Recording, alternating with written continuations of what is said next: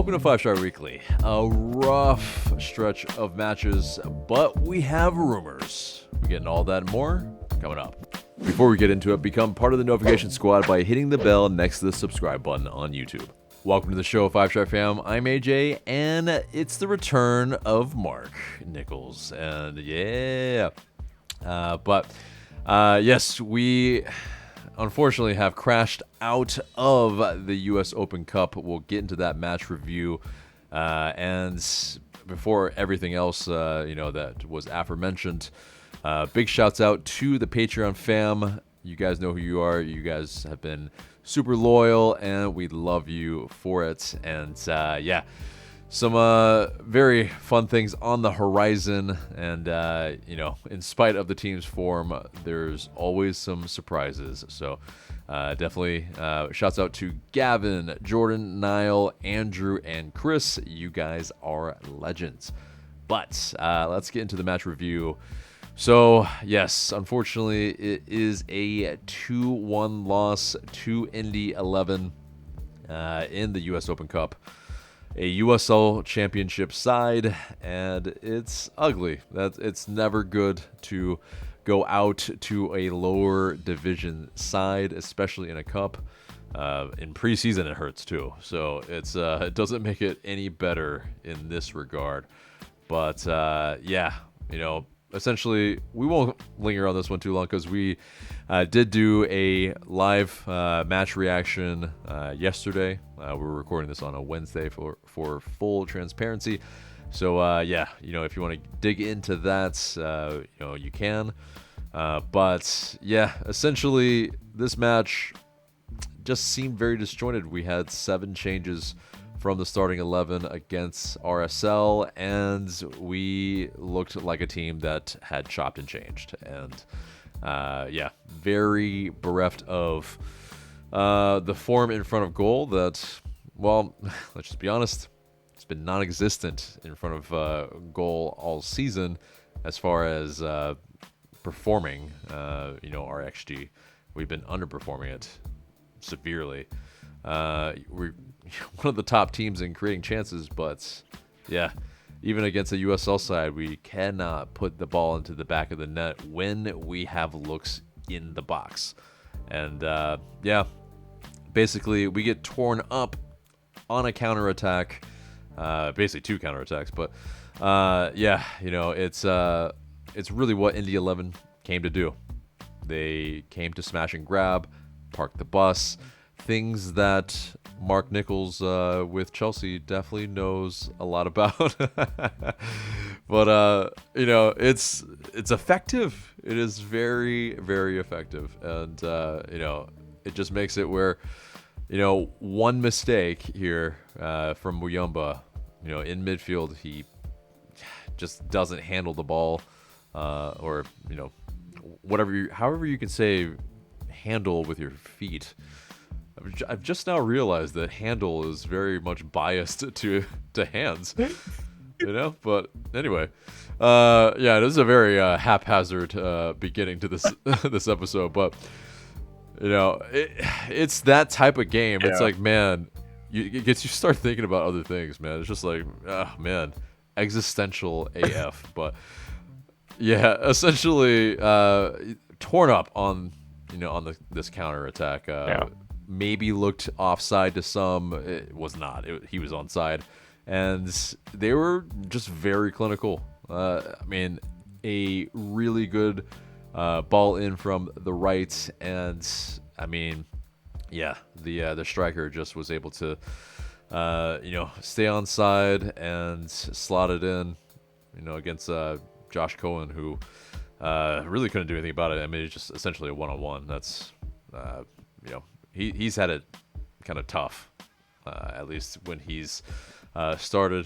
But as far as Marc, as far as I guess kind of takeaways from this match, did you have just some thoughts on us going out in the US Open Cup against a USL side? Yeah, man, just how much has changed in 5 years, right? Like 2019, we lifted this cup. 5 years later, we're going out at home against a USL side. And Look, Indy 11 is a very good USL side, has been for a number of years. I think right now they're sort of fighting for their existence. I mean, Indianapolis wants to bring an MLS team to the city, but so I wasn't able to watch this match. I did watch highlights. I will say I got a rude notification when we went down 2-0, and I saw that it was an own goal. I just thought, I was like, wait a minute, 2? Wait, we're losing? Just so many negatives. And I mean, going back and watching the highlights, it seemed like there were more Indy fans than LA United fans there, which is not a shot at any Atlanta United fan who didn't make the trip out, but I think that there was a point in time when a lot more Atlanta United fans would have gone out to that match or come from the surrounding Kennesaw area, right? The college students. I remember when we went up there one time, there were a number of people from the nearby communities that came out to see the match. Atlanta United these days isn't the draw it once was. So it's just, I think in a lot of ways that match is probably emblematic of where Atlanta United is right now. Yeah, it's far from appointment viewing, that's for sure. And that's the crux of, a lot of the issues that the front office and the club needs to realize and figure out and fix. But it's exactly that. I tweeted out that, it looks really empty in the stands. And there's some people that took exception to that as like, oh, well, it's like, okay, yeah, they have to motivate us to, why would we go? And it's exactly that. It's, I think aim that towards the club. Mm-hmm.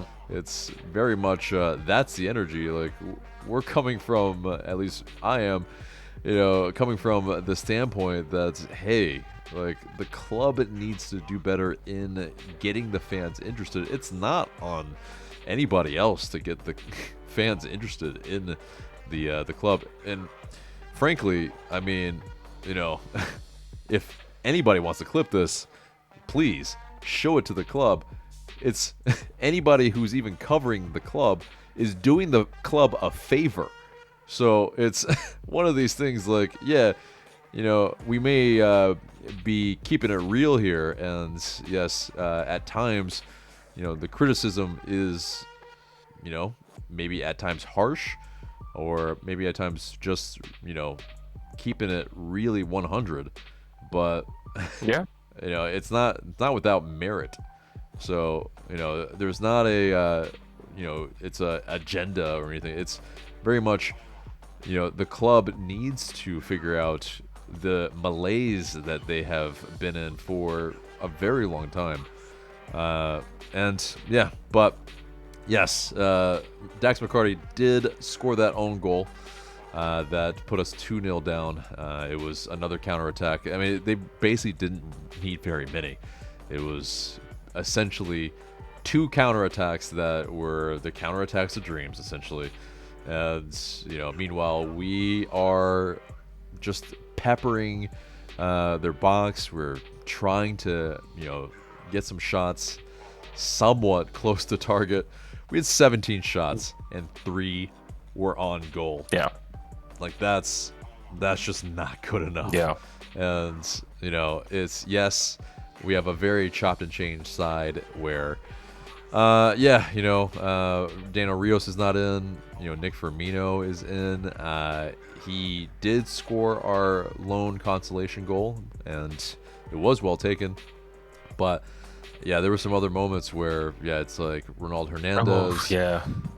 Yeah, he has a shot at the back post, kind of identical to Firmino's chance. But kind of an open net. Yeah. Like, he needs to put that on target. That's just right. That's egregious. Speaking of on target, Indy 11 finished with 1 shot on target and 2 goals. Yep.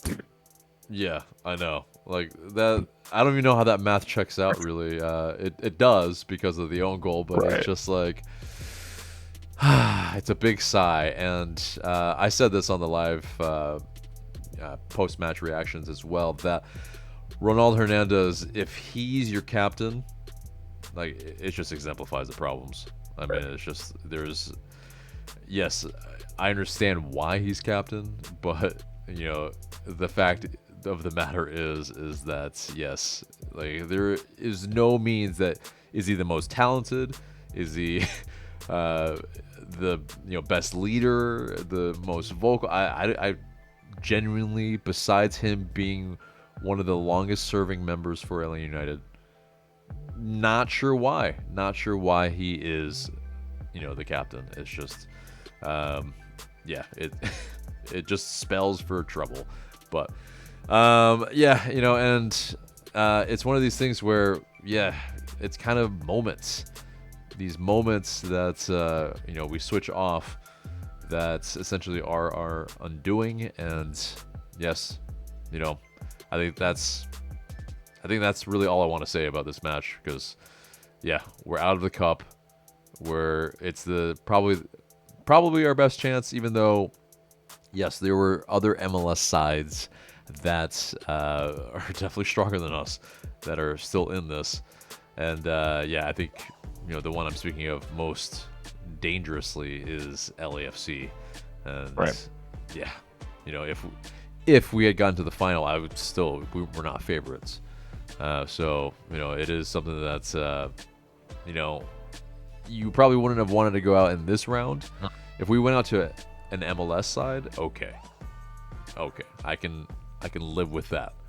But right now, what's happening is this result is making a lot of Atlanta United fans wanting to die. But it's it's just what it is. But so the next match for LA United is against CF Montreal at Stade Saputo on Saturday, and we will have that preview later on in this episode. So getting into the news. So the Eastern Conference shakes out like this. LA United, we're in 10th. We are right above CF Montreal, right underneath Toronto in a Canadian sandwich. And basically, we're right out of a playoff spot. And we, because of the last match against RSL, are now in a negative goal difference for the first time this season, which is crazy. We were in a positive goal differential for much of the season, so we were definitely still underperforming in a lot of different ways. We probably should have been a little luckier in some higher spots, but still, with the goal difference anyway, we probably could be in 6th or 7th, but alas, it's not the case. But I mean, as far as Atlanta's placing in the standings, have any comments about that? I am shocked that we're still. I guess I'm still getting used to this playoff format, to be honest with you, because given all the let's call it poor performances this season, I mean, like they're basically averaging a point a game, like, which is really, that's like, in another league that'd be relegation stuff, right? But here they are, 1 point, or really, they're tied with Toronto on points. I think Toronto's played one more game, and they have one more win, so that's probably why they're ahead of Atlanta. But I mean, to be honest with you, I'm not. Should they even be in the playoffs? You know what I mean? What would they do if they got to the playoffs or the play-in game? That's kind of how it feels like at this point in the season, especially with which I'm sure we'll get into all the players that have left. So. Yep. But I guess there's plenty of season left. Right, indeed. But so LA United in the last 8 competitions, the time spent trailing has been 355 minutes. Time spent drawing is 315 minutes, and time spent leading 50 minutes. So that's according to Mike Conti, and that's bad. That's real bad. Not great. the fact that we've actually, we're undefeated for a little bit of time. We were overperforming those performances. Yeah. And so it's we were getting results when maybe we shouldn't have. And so that's the interesting bit is when sometimes we were underperforming the performances essentially. Right. When we were actually playing pretty decently at times. It's just, it just speaks to the unluckiness and maybe the law of averages that just make no sense. But, next bit of news is that, Rob Valentino, he did mention that, we weren't good at the beginning of this match. We were not clinical. We made some improvements at the very end, and the message was just try to nick one despite going down 2-0. You have to keep going. No one's going to feel sorry for us, which, I think that at the very least, Valentino's not making any excuses. It's, I like to see that from him. He's definitely at least, he's making sure that the squad definitely needs to just pick themselves up. It's they're gonna get criticized. It's how they bounce back, and it's just have to, you have to essentially kind of be a goldfish, like like it is very much said in the sport. But but also Bocanegra, he spoke before the match as well, and he mentioned that this was Caleb Wiley's last match. Pretty much, maybe not definitively, but it was pretty much very likely. And at that juncture, we started him. He got a yellow card for shoving some guys. Which he's been feisty this season, that's for sure. Yeah. But at the very least, it's one of these things where, he got a send off. He came off early, and he got his name chanted, some claps at the end, as well as photos with the the 17s in the stands, pretty much. So it was definitely great to see, but unfortunately, really, really bad results and pretty poor performance from the team overall for his last appearance. And hopefully, if and when that is the case, that he leaves, well, hopefully that doesn't kind of tarnish his memories of Atlanta. But I'm sure his family is still gonna be here. It's gonna be a wonder. I don't know. Like, who knows if they're all gonna move to France with him? Because yes, he of course, as far as the transfer to Chelsea, it's an $11 million transfer. Apparently, according to Tom Bogert, Atlanta will keep a sell-on percentage. Wiley will sign a 7-year contract and go on loan to RC Strasbourg in France. David Ornstein was first on the 7-year agreement, and usually par for the course for Chelsea in the types of contracts that they like to sign lately with the young players, especially Wiley's 19 years old. It's how they can skirt the FFP. But as as a Chelsea fan, how do you feel about this move? Because he joins the loan army most likely, where he's really got to ball out to probably play a part into the first team for Chelsea. But I guess maybe the question is, do you feel like Wiley has a chance to ever make it at Chelsea? There's always a chance, right? So you're saying there's a chance. Yep. Yeah, I would say it's small right now. Because I think even the jump from MLS to Ligue 1 is steep one. It's a pretty solid league. I think it's in most people's top 5 or top 6 in the world, right? I think it's an interesting move. Like, this is one where I really didn't see it coming. And from my understanding of this, it seemed as if Strasbourg was the one who really identified him. And then I guess, eventually Chelsea or Blueco, I guess what they're calling this multi-club network, got involved, and it's like, their stamp on it, and then he's going to go on Strasbourg and so forth. So they just completed, Strasbourg just completed their first season under Chelsea's network, and it's been mixed results, right? Like, for one, the results on the field this past season were bad.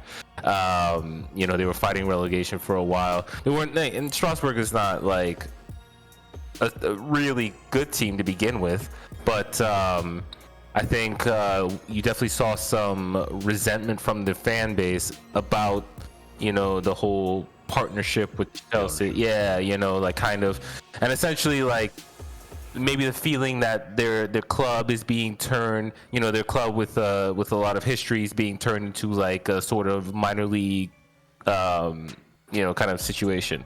So there's that to navigate as well. In terms of like the players that went, there was I believe his name is Angelo Gabriel, a young Brazilian player that they signed last summer and eventually loaned to Strasbourg. And from what I read, he did okay. So I'm curious. I mean, like, I think from Caleb's perspective, it's probably the time to go, right? Like, does it really make sense for him to be part of another rebuild? I would imagine this is probably peak value for him, right? Especially in terms of a move to Europe. So, but I guess, like, from Caleb's perspective, I see why he would do it. Like, jumping at the chance to at least get your foot in the door in terms of Europe, and then, even if you don't make it at Chelsea, maybe you get noticed by another club and so forth. And then, truthfully, that's probably what Chelsea's hoping for as well. He develops enough that they can make their money back or return a profit or whatever. I guess the only thing I don't like, and this is more from a Chelsea perspective, is I wish there was a bit more intention with the young players that they sign and their plans for them, because I think to this point that's been lacking, right? So you look at like an Andre Santos, for example, highly rated young Brazilian midfielder. I think they believe they signed him for about £20 million. This would have been 2 summers ago, and he stayed in Brazil until he could move.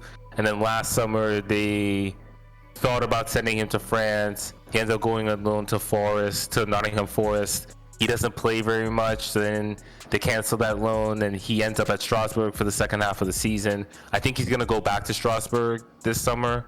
So, it's just that sort of thing. There's, they've invested a lot of money in this new ownership group, which came in a couple years ago, has invested a lot of money in young players. And so I'm just waiting to see what exactly the plan is, because it seems like they want to add other clubs to their network as well. So then is it a case of they want to buy all the young talents, fill out the network, and then see who kind of pans out and is good enough to play for Chelsea, and then see who can be maybe flip for a profit?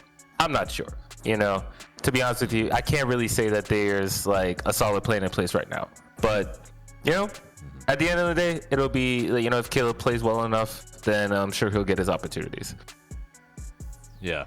And it's ultimately, it's the sky's the limit for Wiley for what he can do. I think issues with Wiley are probably with one-on-one defending, with maybe ultimately delivery on some of his final balls. But I mean, he's got incredible pace. He presses very well. Definitely a physical specimen.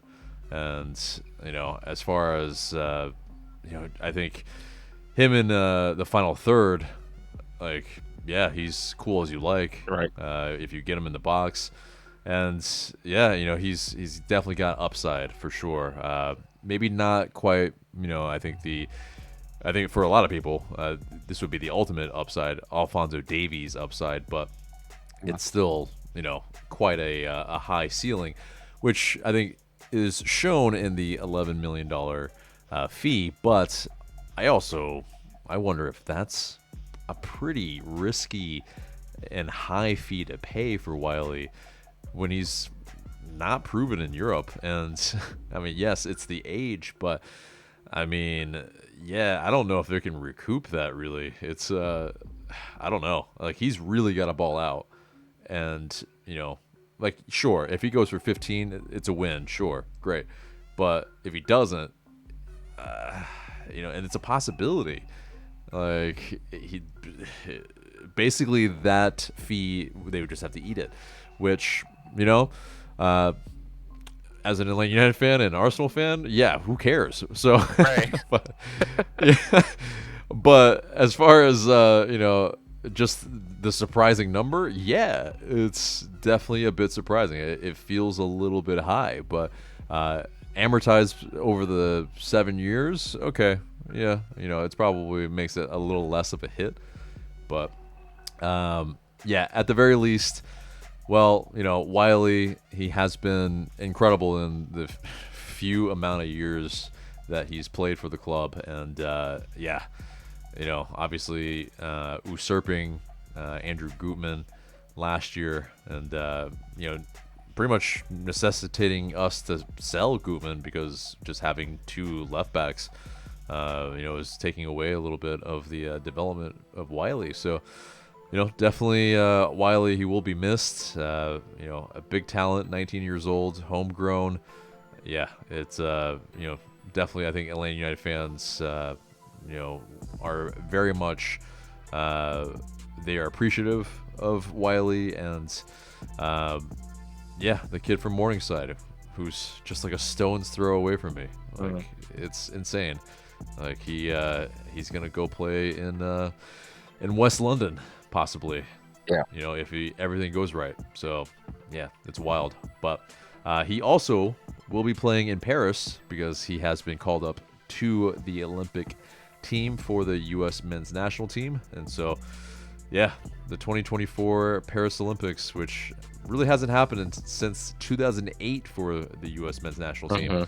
I mean, yeah, it's a big thing for Caleb Wiley. It's rare. It hasn't happened in 16 years for the U.S. So pretty freaking incredible to be part of that. And, old friend Miles Robinson is part of that squad, as well as Jordan Zimmerman, a fellow Georgian. So, yeah, it is definitely crazy that, a lot of players from Georgia are taking part in those Olympic Games. But so he will jet set for that, and yeah, it pretty much exemplifies why it was Wiley's last game for Atlanta United, most likely. But next bit of news, it was officially made after a long transfer saga, but yeah, Thiago Almada has been transferred finally to Botafogo of Eagle Football Holdings for a league record transfer fee. Then in January, he will go to Olympique Lyon. So yeah, definitely, a player that's, a mercurial player, a guy that's just could do it all on the pitch for us, but this past year, obviously, it was probably a little bit bonus time. Like, many of us probably thought that he was going to go last summer. So the very fact that he stayed essentially pretty much one more year is not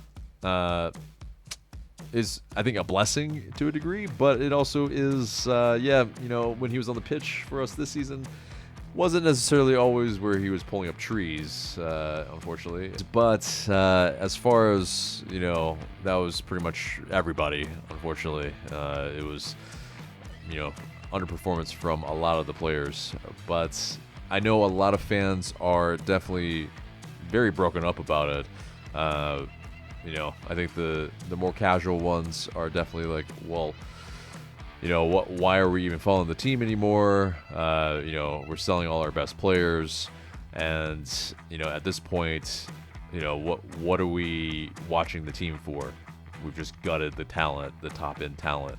But I feel like that's like some naivete, I think, to the Almada transfer to begin with. He came in, we knew that he was going to go to Europe. It's right. The chances of us keeping him were pretty much zilch for a 5-year period. Right. So I think that's where hopefully the team looks to kind of go away from that, which I think probably what we're trying to do. That's what the front office has communicated. Yeah. But Boca did say this: his success, quote unquote, is something we're all proud of, and a ton of credit is owed to our scouting department. In addition to everyone who has worked with him at the club, we will look to immediately reinvest in the team during the upcoming summer transfer window. So, yeah, the 2 DP spots, I think for sure, one of the spots will immediately be filled as soon as the transfer window opens up on the 18th, I believe. It will be 8 long days or 7 long days. So, not too long if you're looking at it in that respect. Pretty much a week. But Thiago Almada, for you, like I think as far as maybe like a memory of yours, of him, or maybe a long-lasting, legacy at Atlanta United, is he, one of our best players ever, if not the best player, like in terms of talent-wise, or do you feel like he's, less than that? I think it's probably between him and Miggy, right? I would say Miggy's probably still the better athlete, certainly faster, and I think Miggy was also a little more physical than people give him credit for. But like I always said, Almada was the best passer we ever had. Technically, he certainly has a shout for being the best player that ever stood up with Atlanta United. It's hard to pick out like one specific memory, because there's a lot of good, like the free kicks, of course the through balls, the long shots, it's sort of the way, pretty potent shooter from the edge of the box, which I think that is actually fairly important, especially with the way certain teams defend. But I guess my takeaway in terms of a legacy standpoint is it kind of feels like the end of an era, and maybe the end of in college basketball, there's like the one and dones, right? Like the players that are going to the next level. That's why they signed with you and so forth. And I think we tried to do our version of that. It's we'll get you to Europe, and I'm sure, and in the beginning, at least, we were also winning, right? And so, but I think we've gone through several iterations of this move, right? So, of course, with Almiron, that was the best case scenario, right? Signed him. He was very good while he was here. We won MLS Cup, and then we set an MLS record in terms of a transfer fee. With PD, let's say use him as an example, didn't quite live up to expectations, still managed to get your money back for him, but it wasn't a move to Europe. And then now with Almada, it looks like he is in a sort of roundabout way going to get his move to Europe, but, I would say no success. I mean, I don't consider a playoff appearance a success, And for me, I will say it was particularly disappointing that he missed a playoff game because of kind of a juvenile mistake. I know he's young, happens, but it's still could you imagine if this happened in Brazil, Argentina, Spain, Italy, he'd get killed for it. You know what I mean? So maybe it's a good thing for him. Not literally, but no, yes, not literally. Yeah. Eviscerated He would in social media. He would be heavily criticized for it. Yes. But so like maybe it's a good thing for him that it happened here and not somewhere else. But it's just it's just one of those things. So but yeah, I do think I expect Lagerwey. I mean, look, he said as much in one of his first long form interviews that it was something that probably wasn't sustainable. And I think the league in general, you don't really see, at least not necessarily like high dollar transfers for young players that are, that you plan on selling in the future. Because I think it's actually trickier than I think the market has changed like in the last 5 or 6 years, like globally, right? Like you see like Man City will sign a player from River Plate, and he might even make an appearance in the first and play in the first team, like Julian Alvarez, so I think that the big European clubs are looking for discounts in the transfer market because of the the 30, 40, $50 million transfers that have become standard. So I just think it's really difficult for MLS teams to make a big profit on players that they also spend big money on. So it's probably, in that sense, probably not sustainable. Right. And so, for the record, it is reportedly a $21 million base transfer fee with $9 million in add-ons, in incentive based. And so, if they happen, then it would be the record transfer fee. And of course, Miguel Almiron is top there as well. So, it definitely is where, yes, Almada. That probably is part of his legacy, is being one of the highest transfer fees out of MLS.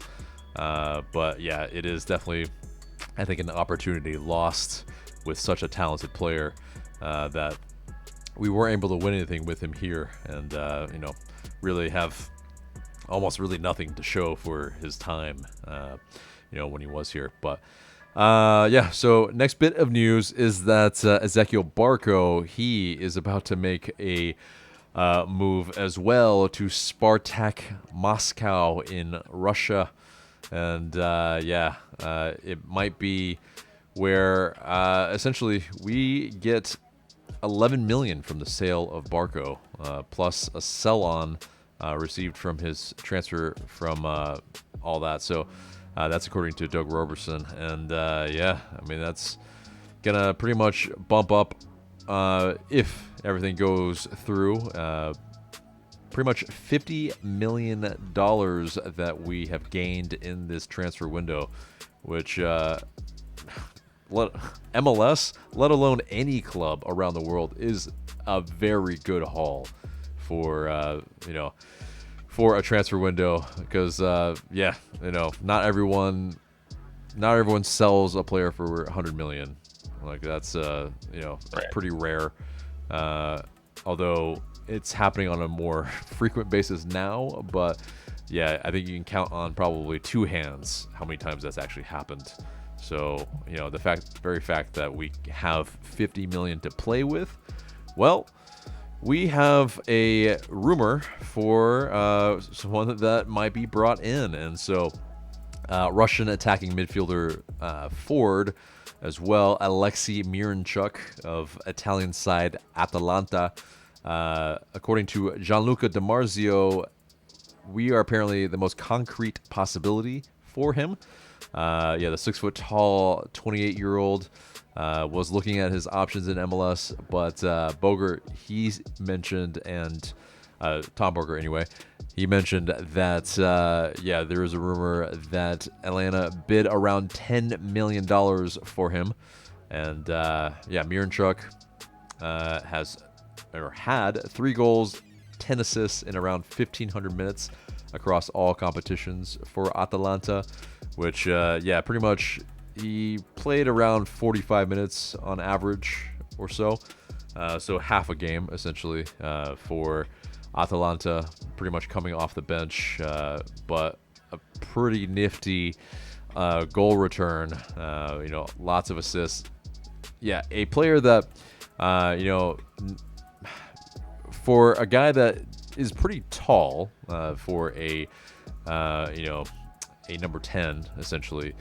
He definitely has a wand of a left foot that, kind of plays probably 4 or 5 inches shorter a little bit. Kind of has that ability to find a final ball. Kind of a key pass machine essentially, and is able to find himself some space. So definitely a good player that I think would probably come in and be our best player, be a creator. The problem is he's had a little bit of a checkered injury history, and so it's not exactly, I would say, someone that is completely a clean bill of health. But a 28-year-old, this is probably his last contract, probably a big contract anyway. So I think him, if he is able to stay healthy and be a starter and essentially be able to play 90 minutes, I mean, it ain't bad. It could be a lot worse, but it also is. I think there are better players. There are maybe things that we can do to probably maybe get a bigger name per se if we wanted to go that route. But as far as kind of what you've seen and heard essentially of Miranchuk, what's your first impression of because obviously none of us know the player too well. We're not watching Serie A constantly, right. I would say anyway for me, but what's your impression of this? I'm in the same boat as you. Like I can't, I watch Serie A occasionally, so I can't even tell you how many Atalanta matches I've seen, right? But also finally we have an Atalanta to Atlanta link, right? About time. Well, yeah, we did have Carlos Carmona come from there originally. Oh, and so yep, yeah, it's a bit of trivia. Which, hey guys, if you have never caught the the Five Stripe Showdown that we did during the pandemic, there are lots of very, very good nuggets in those episodes. So check it out. I'm gonna link it in the card above for those of you that are watching on YouTube. But yeah. So anyway, go on. Yeah. I asked my buddy who is a Serie A fan about that. Well, I showed him the rumor, and he said, "Oh, that would actually be a really decent get for Atlanta United." He mentioned his teammate Coop Mainers, Dutch player. It looks like he's on his way out. There's rumors that linking him to Juventus, to Liverpool, and so my buddy was theorizing that Miranchuk might, be in line for more playing time if Coop Mainers leaves. And Atalanta is going to be in the Champions League this year, and so I'm curious. I'm curious to see what their overall transfer strategy is this summer and how, I guess, Miranchuk fits into their plans if he does. But in terms of the profile, attacking midfielder in his prime, currently plying his trade in Europe, in Serie A in particular. We've seen like Giovinco come over. We've seen there's another player I feel like that also signed with Toronto that Bernardeschi. Is it Federico? Yeah.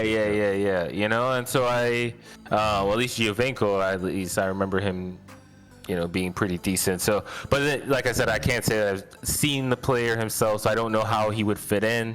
I think it's interesting that we're being linked to players at this time while we're still looking for a coach. So that's also its own thing. Yeah, that's a whole other thing. We'll definitely get to that. That's one of the questions that I think we're being asked. in our mailbag. So yeah, definitely we will talk about that. But actually, the other player might have been Lorenzo Insigne. Yeah. That's who I was thinking of. So I mean, I'm not always like a technical player. The question, of course, would be, can he keep up with the pace of MLS? The travel and all that. So, but on the surface, it seems like he'd be a reasonable get for Atlanta United. Yeah. So hopefully, if he is a player that does eventually come, 10 million is, he would be a DP for sure, but it is, it's nothing as far as our transfers out anyway. So that's just a drop in the bucket really for us. But that's the rumor there. And some LA United 2 news. Another homegrown for us, academy midfielder Cooper Sanchez has been signed. Congrats to him. Jaden Hibbert, he returns from loan from USL Championship side Birmingham Legion. He was pretty much there like a month. And he was sent there. And we'll rejoin LA United 2 effective immediately. It seems like there's a little bit of a need for him at the twos. It was to get him a little bit more playing time, but it seems like the playing time will be able to be got at the twos now. So possibly a player that's being a super draft pick, I believe. It is someone that might be kind of getting fast tracked a little bit, but we'll see. Anyway, guys, that is the news, and that gets us to the mailbag. And you guys send in these questions through IG Story and Discord. And please continue to do so. We might answer your questions in the future. But first question comes from one of our highest level Patreon members, Gavin. And he asks, do you guys think we turn things around just like we did last season after losing to Orlando at home and getting grouped out of League's Cup? It may be hard to predict only because we don't know who we're getting as replacements. What do you think, Marc? This has always had the feeling of a lost season to me. So I guess for me, I've dismissed any idea of the postseason. I think now it's funny I say that because I could have foreseen a cup run, but it doesn't seem like that's going to happen unless they do something in League's Cup, which right now anyway feels unlikely. So I don't know. I at the end of the day, we have an interim coach in place. I know a lot of people like Valentino, and he brings like good vibes, says the right things, and so forth. But I can't really see us doing much this season, to be honest with you. I think that unless we make an impact signing during this upcoming transfer window. Which very much seems like it will be the case, but it also is, if you caught my live post-match fan reactions, well, I think Valentino had some missteps, I think, in the and hindsight is always 2020, but had some missteps in possibly the 11 that he chose, but also kind of the tactics, kind of maybe when he decided to make some substitutions as well. It just seemed like a little bit throwing things at the wall versus a solid game plan, albeit he hasn't really been able to really have like a preseason with the squad at all. So, kind of if you're an interim, you kind of get screwed from that a little bit, and you don't really have time to really implement your ideas and for your charges to actually take that in and actually, understand what you're trying to do and implement it. So it's definitely, I get it from that side too. It's difficult, but as far as turning things around, it'll be very tough. But we will have to gel really quickly, possibly like last season. I don't know about League's Cup. That's the hardest competition, I feel like, So, maybe sneaking to the playoffs, but the question is, can we do it on the road? At least we've been doing a little bit better on the road than under Gonzalo Pineda, but because that was anemic. But yeah, it is definitely. We have it all to do. Like Valentino, he's got a tough road. But next question comes from 13 Omer. How much of Atlanta's lack of success as a team is because of how much money we can spend? If we were maybe a little bit more accepting of failure in the short term, but keep the faith in the people, we would come out the other end more successful. What do you think? So I guess is the question asking, do we not give players enough of a chance?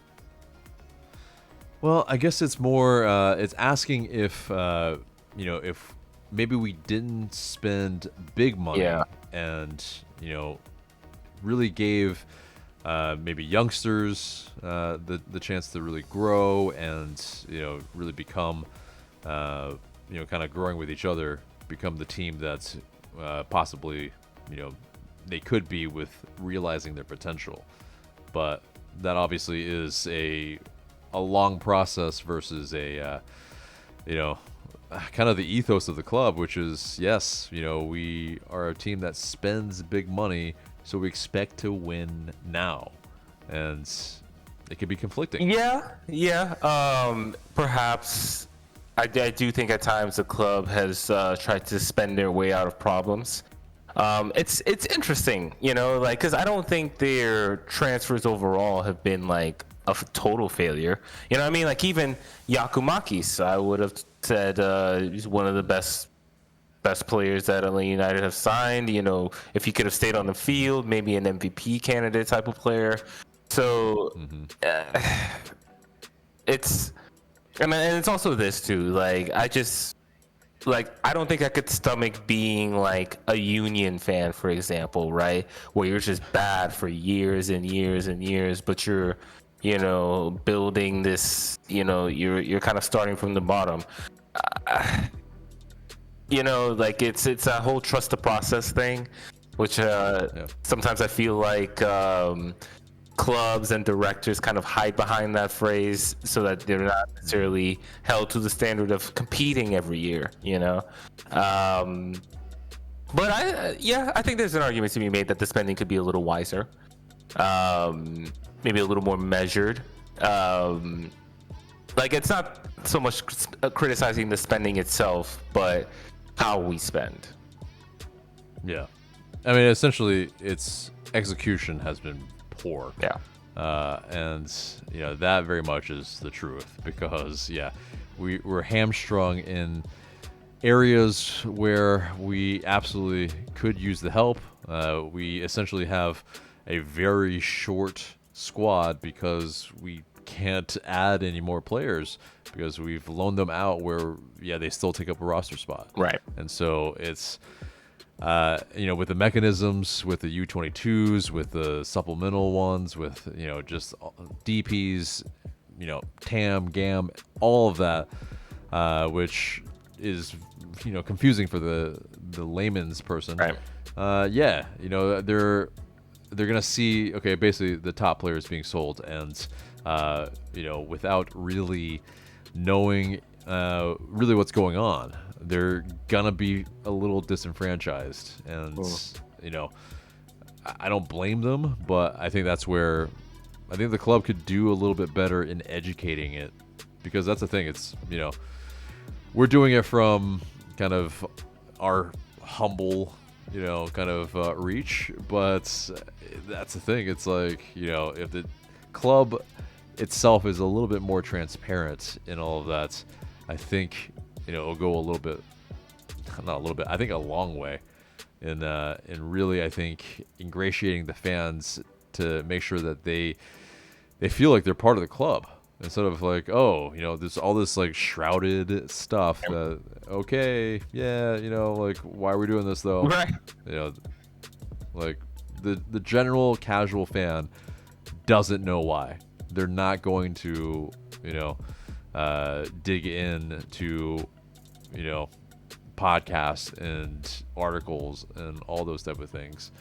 Like, they're gonna pay attention to what the team puts out. Right. So, like, it's on them, especially in a nascent league.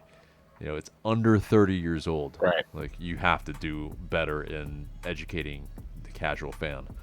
But, next question comes from 3 Diego 4. Is the new manager bump over? Yeah. Probably. Yeah. It's we got that little bit of bump because, like I mentioned, we were overperforming our bad performances. Right. It's now gutting the top end of the talent. It makes it tough.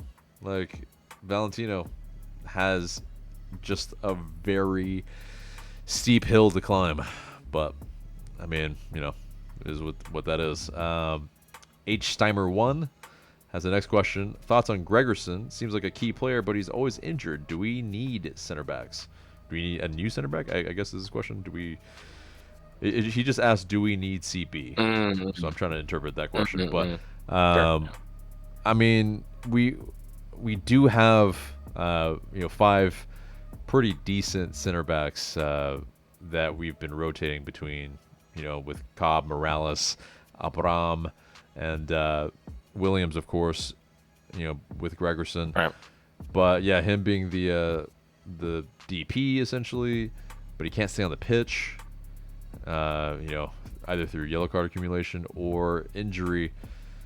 Yeah, I mean, it's very early into his LA United career, but I mean, he definitely needs to kind of figure out how to stay on, because it's not a good beginning, and we definitely needed him early on in the season, especially in the spell that we were just so awful. Right. But have you seen enough of Gregerson to kind of make an opinion?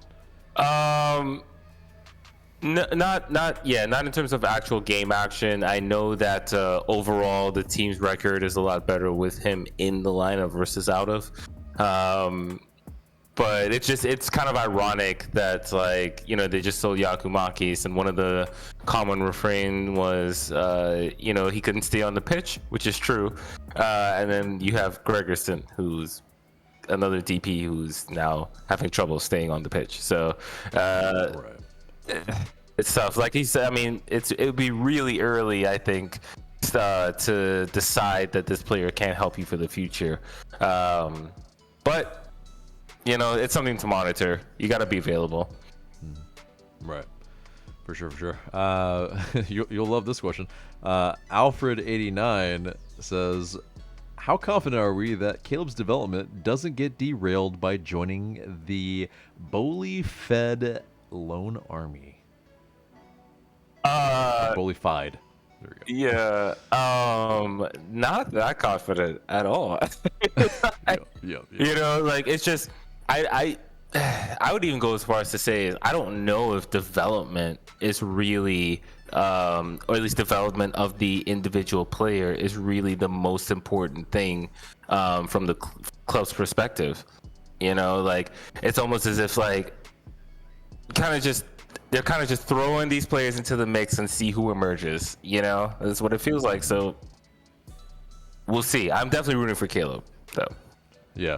Because I definitely pontificated on other content that we've had, is that, well, it's definitely a question how he fits the overall scheme of Chelsea, which, what is the overall scheme of Chelsea as far as playing style? It's, there is, with Cucurella, like, he is a good defender at times, but it also, he is a player that, can invert a little bit, sure, does go wide as well.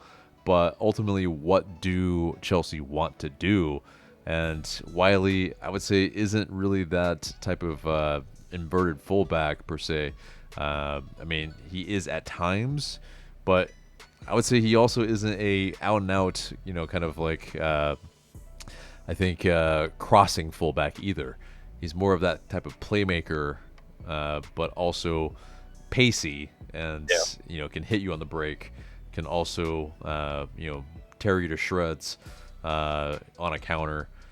But, I think there is a lot of development on his end to kind of be a very dynamic fullback, which is very much required nowadays.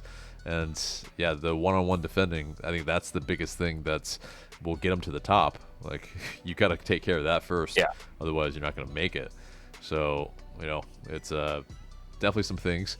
But, like I mentioned before, Wiley has oodles of potential, and I feel like he can reach it if he's in the right system.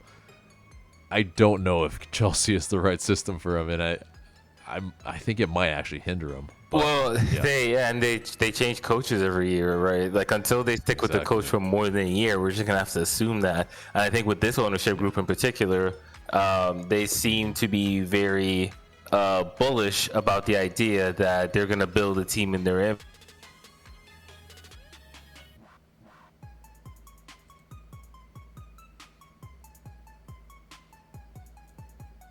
image, and the coach is just a part of that. It's an interesting time at Chelsea, as always.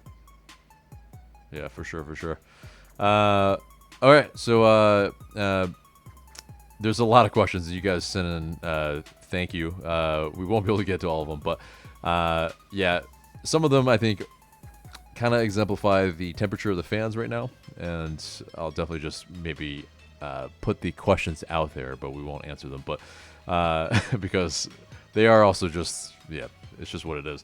Yeah, Monroe asks, will we ever be happy again as Atlanta United fans?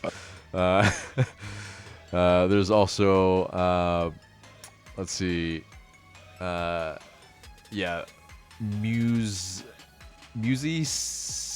Life. Okay, Musica is Life 09. Why are our players playing like they are afraid to take shots on goal? And Sergio De La Cruz, or Cruiz, what's the next step for the team after selling our best players? I think, we kind of outlined it as well. But, in case, you aren't exactly a person that, kind of watches every single episode. Yeah, it's basically the team is going to make moves this summer transfer window. At least one DP spot will be filled, probably two, before a coach will be hired. And that's kind of been one of the things that is a gripe, because kind of under the leadership of Carlos Bocanegra, we've been leading ourselves to the plank, and it's very much where that strategy isn't working. That's very much apparent. It's the coach that comes in, he needs to have a lot more say in the types of players that he needs in order to be successful, versus shoehorning them into a system.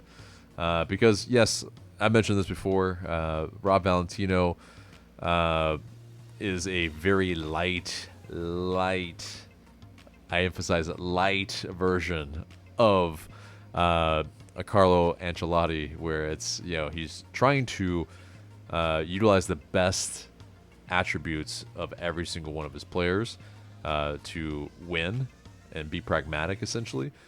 But I think you're seeing the growing pains with Valentino as well right now, because he still has a lot of things to figure out in what he wants to do to be successful. It is obviously he's still an interim. But from what we've been able to see with him, that's kind of something that he does. Is he wants to emphasize what the team and the players that he has at hand can do best. So, but that last actual question, I guess we will say. So Erong 2009 asks, what type of coach do we need to win trophies? It's a big question. It's a hard one to answer. Yeah. Because if we knew, well then, it's way above our pay grade. But I think it's what Garth Lagerwey,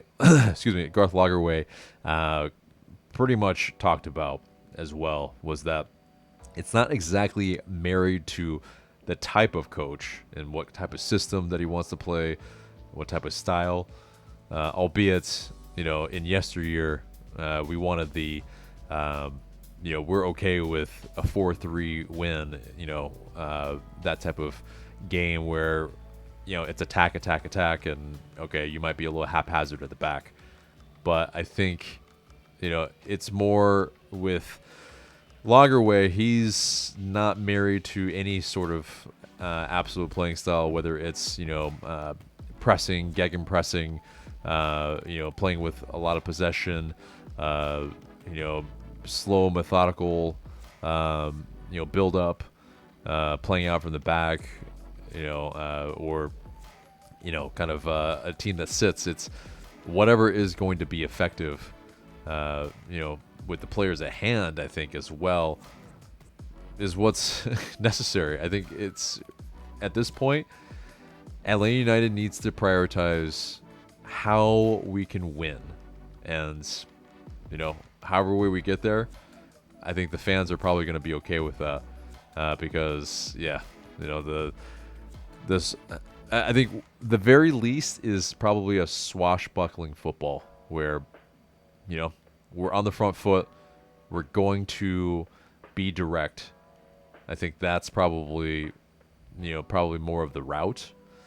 But yeah, how do you feel? It's about yeah, it's hard to say. I mean, it would be easy to say, like, okay, the counter-attacking, the up and down style, right? But then it's a matter of, do we have the players for that? Is that sustainable?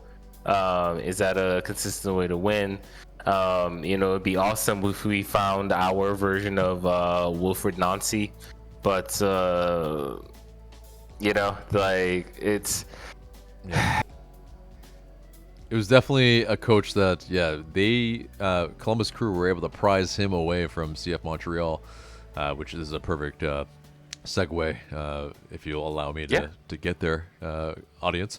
But basically it's somebody that we definitely probably should have gone after. We waited way too long, essentially, with Gonzalo Pineda. But yeah, so Wilfried Nancy would have been fantastic, but it is what it is. Yeah. But yeah. But anyway, so that's the mailbag, guys. Let's get into the match preview. And yes, 7:30 Saturday on July 13th, CF Montreal at Stade Saputo. They are 11th in the East, like aforementioned. They last played versus the Vancouver Whitecaps to a 1-1 draw.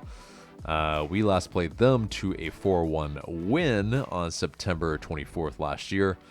And it's an even 2 wins, 2 draws, and 2 losses against them in our last 6.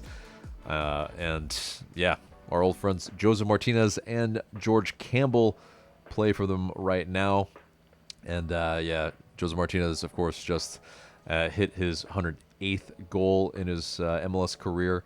So he is, doing some business there. Not hitting the heights of yesteryear, but it is also interesting, with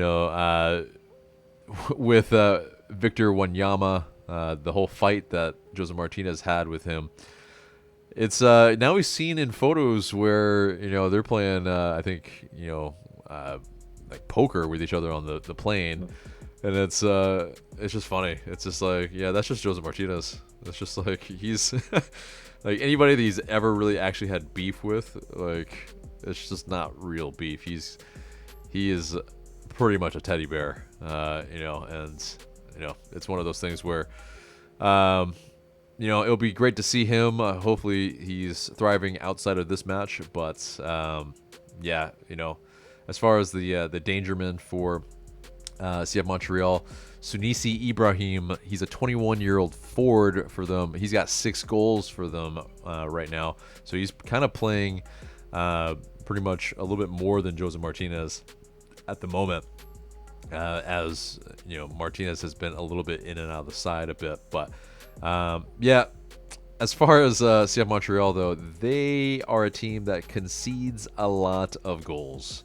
And, attack-wise, not really exactly a clinical side. But, gonna be interesting, kind of this match because Hernan Losada is their coach right now, who was Laurent Courtois anyway is their head coach right now, and it's as far as the pundits with what they are surmising.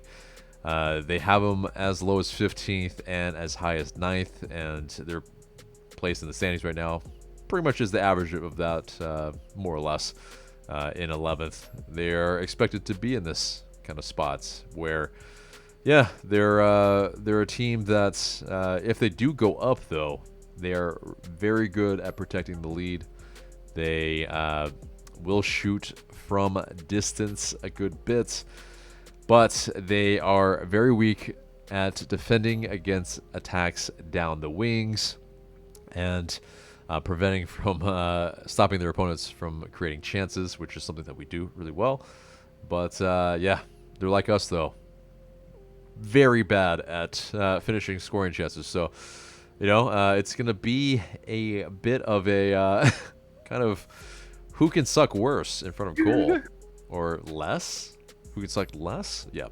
But anyway, for us, anyway, the match facts from this, according to who scored, there have been over 2.5 goals scored in LA United's last 3 games in MLS. So there's going to be goals, unfortunately. So it's going to be interesting what's going to happen. But, as far as what I'd like to see, at least from LA United, is a bounce back from the RSL match. Definitely not drop 5 goals on, that's that's not good, right? By any means. But definitely, hopefully we can keep them to 2 or under, and that would be, I think, a net positive probably, and hopefully we can score as many or more. But as far as the unavailable players, Edwin Mosquera, he's out with his knee still. Jamal Tiare out with his shoulder. Probably about 1 or so more week for Mosquera, and Tiare probably has about 3 or more weeks. So as far as that, then let's get into the predicted starting 11. Seems very much like Guzan is the starter at the moment, and probably is not going to be overtaken by Cohen as of yet. But we played with a 5-man back line. Essentially, we're 3-man center back line in these past matches. Do you feel like we're gonna stick with that, or are we gonna go with a 4-man back line? I guess we'll stick with the 5-man since we have so many center backs, available and rotating and stuff and so forth. And especially, with Wiley gone now, I think they'll probably stick with the 5 at the back. Yeah, because especially it's gonna be this, the wing backs. Especially it's gonna be very most likely, since he was rested, Brooks Lennon. Mm-hmm. But also Ronald Hernandez is gonna have to deputize, in Wiley's absence, especially with Amador not coming in quite yet until the 18th at the earliest. So it will likely be those 2, with maybe Edwards as one of the fullbacks as cover, but as in the squad. But I'm thinking it's going to be the veterans in this one for the center back line with Gregerson, Williams, Abram. What do you think? Yeah, I think that makes most sense. They've probably been our best performing center backs this season as well. Yeah, I mean, because Cobb, he has been one of the stalwarts as well as with Gregerson being out, but I think, it's just one of these things where possibly we might just need to kind of maybe see what these guys are able to do together. They're the highest paid center backs that we have, so right. We should at least kind of see how that fruit will yield. Yeah.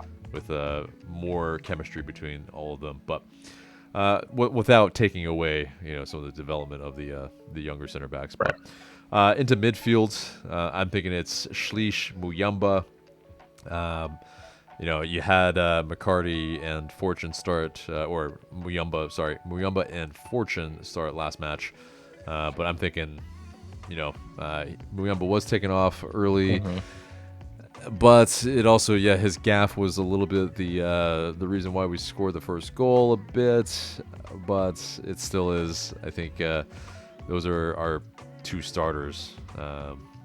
They should probably, if they're healthy, kind of get the lion's share of the minutes, unless one of the other players balls out. But you think it's any different? No, that sounds right to me. And again, two of our more expensive players, so we should probably be seeing that partnership together. Because I mean, like, these are two players that we expect to be here the next year or two at least, right? So the more time they can get playing together, the better.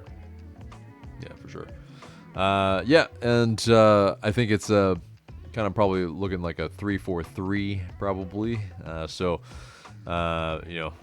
It's, I think with the wings, you have both of the starting wingers healthy right now. So I think it's Saba, I think it's Silva, respectively, on their wings.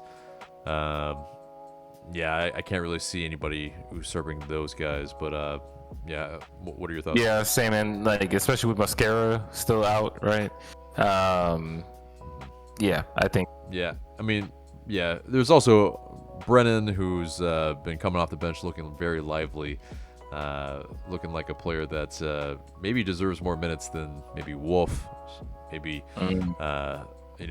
possibly Silva at times, even though as far as goals from Silva, it's been I think 2 in 5 games, which is a decent return, but still is Silva has kind of left some duds in there, unfortunately, at times. But Saba has looked as motivated as any of the players, but it's sometimes a little bit anemic in front of goal. But hopefully he can shake off that. But our lone striker that we have that's either healthy or still on the roster in Daniel Rios. I think he gets the nod there. He's, I believe, scored 3 in 5 games and has, I think, 5 goal involvements as well recently. So, definitely he's on a good bit of form. So, definitely for me, easy call there. But guys, that's the predicted starting 11. But what do you guys think? Let us know in the comments below. But that gets us into the score prediction. What do you think is going to happen, Marc? Montreal in the past has not been kind to us, but I think this mid-off ends in a 1-1 draw. This mid-off, yes. It pretty much, probably is. I think it's a 2-2 draw. I think it's, there's going to be goals. We're probably going to concede them. I think we can score some. But I don't think there's going to be much separating between the two. We'll take this result on the road, probably. But, I'm just hoping Josef Martinez doesn't score against us. It's, I don't think we need that in our lives right now. Right. That's like the, exactly. The optics of that are bad.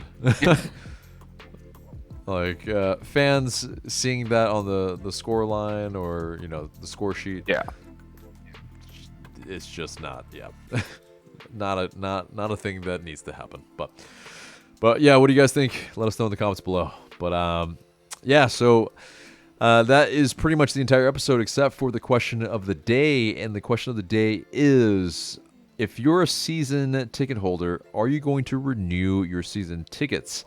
Or if you're on the waiting list, will you become a season ticket holder? Let us know in the comments below. Looking forward to what you have to say. But guys, that is the episode there and there. have to give big ups to Big Marc over there. Much love. Yeah, his return to Five Stripe Weekly.